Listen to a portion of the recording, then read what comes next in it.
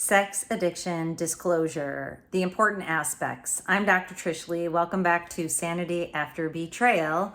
I wanted to break down the three main types of disclosure and really kind of go through the who, what, why, where, and when of disclosure briefly in this video so that you can wrap your mind around the process if in fact you are in the position where that tragic D-Day, as we call it in the business, has happened and you've made the discovery that your husband or your partner has sexual acting out behaviors, and now you find yourself in this pickle of a life situation and you're not quite sure what to do. Now, if that's the case, I'm sure you've started to dig into blog posts and websites and, books, and you have probably freaked yourself out to the magnitude that you are now here in this video with me. So first of all, I want to reassure you, there is hope to move through this process and get to the other side and have a better relationship than you've ever had in the past. That is my goal here. And I'm going to point out how disclosure plays into that as part of the process. So after Discovery Day, you've discovered something you're not happy about, whether that be porn consumption, whether that be sexual acting out in a different way, webcams, infidelity with another person, and the list goes on, unfortunately. So you have found out that your partner has betrayed you in that aspect. So it's called sexual betrayal trauma. Unfortunately, your brain slides itself into a mode that helps to protect you from the pain that you are going through. Disclosure is a piece of the puzzle to be able to re-establish trust with your partner, regain the sense of safety and security that you probably haven't felt for a long time, and to be able to ride off into the sunset, whether it be with your partner in a better relationship than ever, or strongly moving on into the next phase of your life. And for most women, there's children in the mix. So I'm here to tell you that, no matter what, it's in your best interest to find a way to establish a healthy relationship with your partner so that you can be part of their life in a healthy way moving forward. Disclosure can play a really important part of that. Okay, so without beating a dead horse, what is disclosure? Disclosure is the process of your husband, we're going to leave it at that, your husband telling you all of the sexual acting out behaviors that he has been involved in. Which, if you just listen to that for a minute, that is not an easy thing for a man to do. There's so much shame involved in that, and he knows he's inadvertently caused you so much pain. It's a very difficult thing to do. Now, I'm not taking away from the fact that it's very painful for you to hear, and that's why this life situation is such a challenging one, and I would never wish it upon anybody, but if you find yourself in this position, I encourage you to, squeeze a little lemonade out of these lemons and moving through the process in a healthy way. So that's the goal of disclosure is your partner tells you all the sexual acting out behaviors, so now you know the full story. So here is the important piece. That is just as much for him as it is for you. It is not only for you. It is for him to get all of that out. And if you've watched any of my videos on my other channel, Porn Brain Rewire, you'll know that I characterize this type of addiction as the hijacker, as conceptually this other person, this other version of your partner has been created when his brain was hijacked by the supernormal stimulus of porn when he was a young man or a child even. This stuff starts in childhood. The seeds of addiction are planted, and if watered, the roots grow deep, and unfortunately, the plant keeps growing. And the sexual acting out behaviors your partner has likely engaged in are part of tolerance building and escalation of the addiction over time. And I encourage you to look back at your partner over time, and you'll see the shift happening in retrospect, because of course you can never, right? Hindsight's 2020, vision in the moment, not so much. So in retrospect, you can see how those changes have happened over time.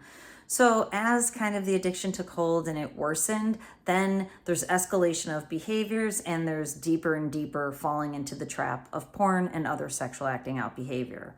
He has to tell you all of that. And we're going to get to, in a minute, how much does he tell you? And of course, it's different for all people, but we'll get there in a minute. So that is the goal of disclosure. It's for him to get all of it out, and it all has to come out, because if any secrets stay in there, that is an opening for the hijacker to come back in. It all has to come out so the hijacker leaves forever. It's essential. So your husband or your partner should move through a process with a trained professional to make sure he's digging into everything that he needs to dig into, and he's learning to communicate that in a healthy way with an emotionally healthy, responsive person like a therapist or a coach. And that person can meet him in the journey and listen to him and help him communicate that to you. Now, the other goal for you is you've likely primarily decided to stay in the relationship.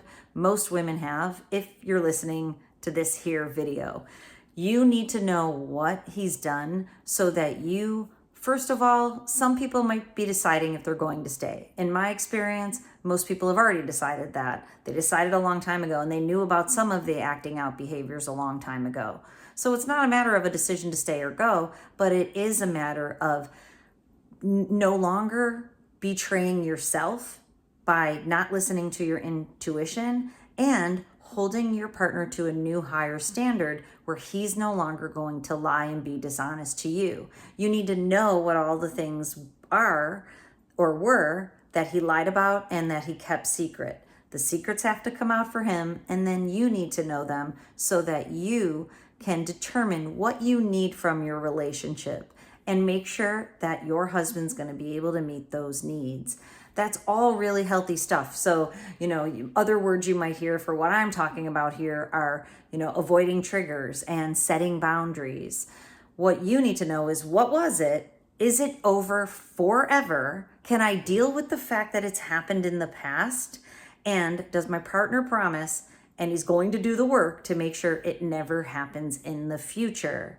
Now, the reason I can't say what it is because of my extensive work in this area. I know that the it is different for all people. That threshold of what's acceptable to stay in a relationship, it's not the same for me as it is for you, as it is for your sister, as it is for your aunt, as it is for your neighbor or your friend. So you have to take this journey by yourself and search your own heart. He did those things. Can you live with it? Where is your threshold? If those things are above your threshold, then you need to gain the strength to realize that and to move forward in a way that feels positive to you.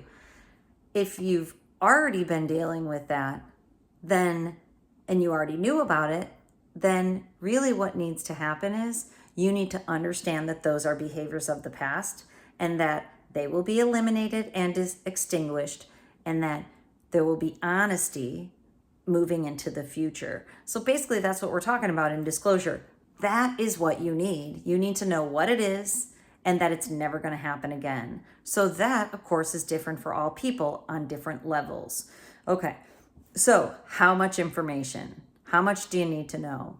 You need to know enough to do exactly that, to be able to make peace with those past experiences and then to be able to move into the future without harping on the past experiences. They need to come out of your nervous system. So the disclosure is so that it comes out of your husband's nervous system and it comes out of yours. Secrets and shame will create risk for relapse and a whole bunch of problems in the dynamics in your relationship.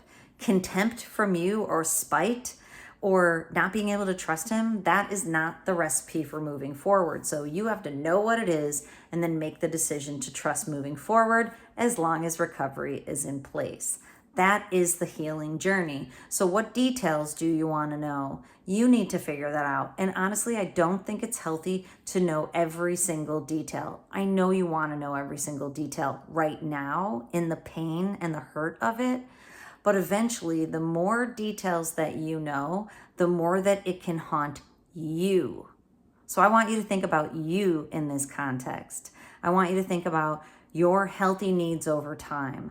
Knowing all of it, is it going to be beneficial to you or is it going to harm you if you hold on to it? Now, I know that might not sound like I'm advocating for disclosure. 100% disclosure needs to happen. It should happen as soon as possible once this discovery's been made and both of you are working with a trained coach or therapist. And getting disclosure with a polygraph, I would recommend as early as possible, can just assuage all of your fears. And that's kind of what I was saying, is if you've already dipped into the literature, your mind's going bonkers at the potential of what your partner might have done. You need to know what he has done, what he hasn't done, so that you can let that fear go away of all the things he hasn't done. It can really escalate the situation by not knowing. Once you know, then you can come to terms with it and move through this process in a much healthier way for you, him, and your relationship. So there's three main types of disclosure. They are a factual disclosure, which is primarily to get all the details out. And this is mostly for your partner to put all the details down, chronicle what has happened, be able to look at major life experiences, especially stressors, and how they relate to the acting out. Because we know sex addiction isn't about sex. It's about self-soothing. And the one tool your partner learned to self-soothe stress and boredom a long time ago. So being able to chronicle a factual disclosure is really important. Now, of course, he needs to share the facts with you, conceptually, globally, and to the magnitude that he has been involved in sex addiction. So you might not want to know every single detail, but you definitely need to know the behaviors that were involved, the magnitude of those behaviors, and the context of how everything played out. But do you need to know every single thing and every single moment and have it chronicled out on a time ticker? I don't know that that would be healthy for you. So you really need to explore why you would want to know that and what the need is that it serves, and is it a healthy need over time? It's context, magnitude, and globally what the situation has been, so you can wrap your mind around it. Secondarily, the next type is called a story disclosure. And the story disclosure is to relieve the shame within your partner. So again, this is a process that he may go through by himself and not share all the aspects of the details and not share all the aspects of the entire story, but he needs to move through it with a professional so he can get to the third type of disclosure, which is a validation disclosure. And in that type of disclosure, the value proposition is different from the first two. The value that this type of disclosure has is this is how he's going to share with you the situation that he's been in with everything he's been doing, the context, the magnitude, the behaviors. He's going to share it with you, the impact that it's had on him, and understanding the impact that it's had on you. The goal of a validation disclosure is to validate your experience that is happening because of the experience that he is having himself. He didn't do this to you. He didn't mean to do it. Most people, you've heard my caveat. 90% of men who get caught in sex addiction are good men who've got wrapped up in this super normal stimulus of porn and sexual acting out. They don't want to do it just as much as you don't want them to, and they need a guide and techniques and support and strategies to get to the other side.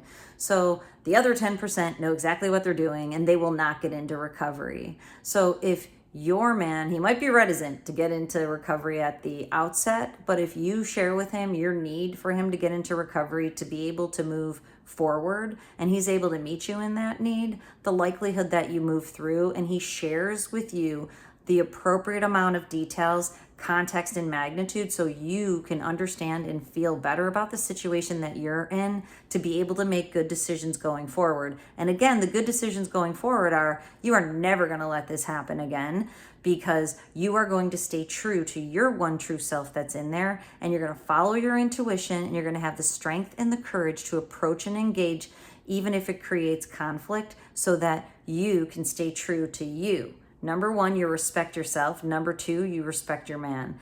And if your man, number one, respects himself, number two, respects you, you'll have an amazing relationship for the rest of your life. So that's the type of disclosure that you want. And so again, it has a cautionary tale. Once you know something, you can't unknow it. And many women who have gone through this process, especially with professionals that don't understand that some disclosures can be more damaging than they can be helpful, Once you know it all, you can't unknow it. And sometimes that can be more damaging to the relationship. So just food for thought, and get yourself with a professional who can help move you through that process. Those are the 3 types of disclosure. So it is there for the healing process. So when I help people, I always think, how can this process help them heal? Everything has to come out of your man. You have to digest everything and then get really strong on the inside so that you can move forward as the best version of yourself. Okay, I hope this helps you understand, because I know there's a lot of conflicting information out there. Get with a great professional so that they can help you move through this process. Because remember, if you don't move through it, you stay in it. And that is the pits, my friend. All right, if you're interested in talking to me, please reach out. You can go to the website, Sanity After Betrayal. There's a button there to schedule a consult with me. I'd be happy to talk with you about your life situation and see if I could help point you in a direction. You could also sign up for the digital program, which includes support groups. That's there for you so you can join a community of women who are struggling with the same thing, get the support that you need. And, it's a process, not an event. So unfortunately, you will likely be in it for a little while until you can get to the other side and start chasing down those rainbows and unicorns. Okay, stay sane, my friend, and I'll see you next time.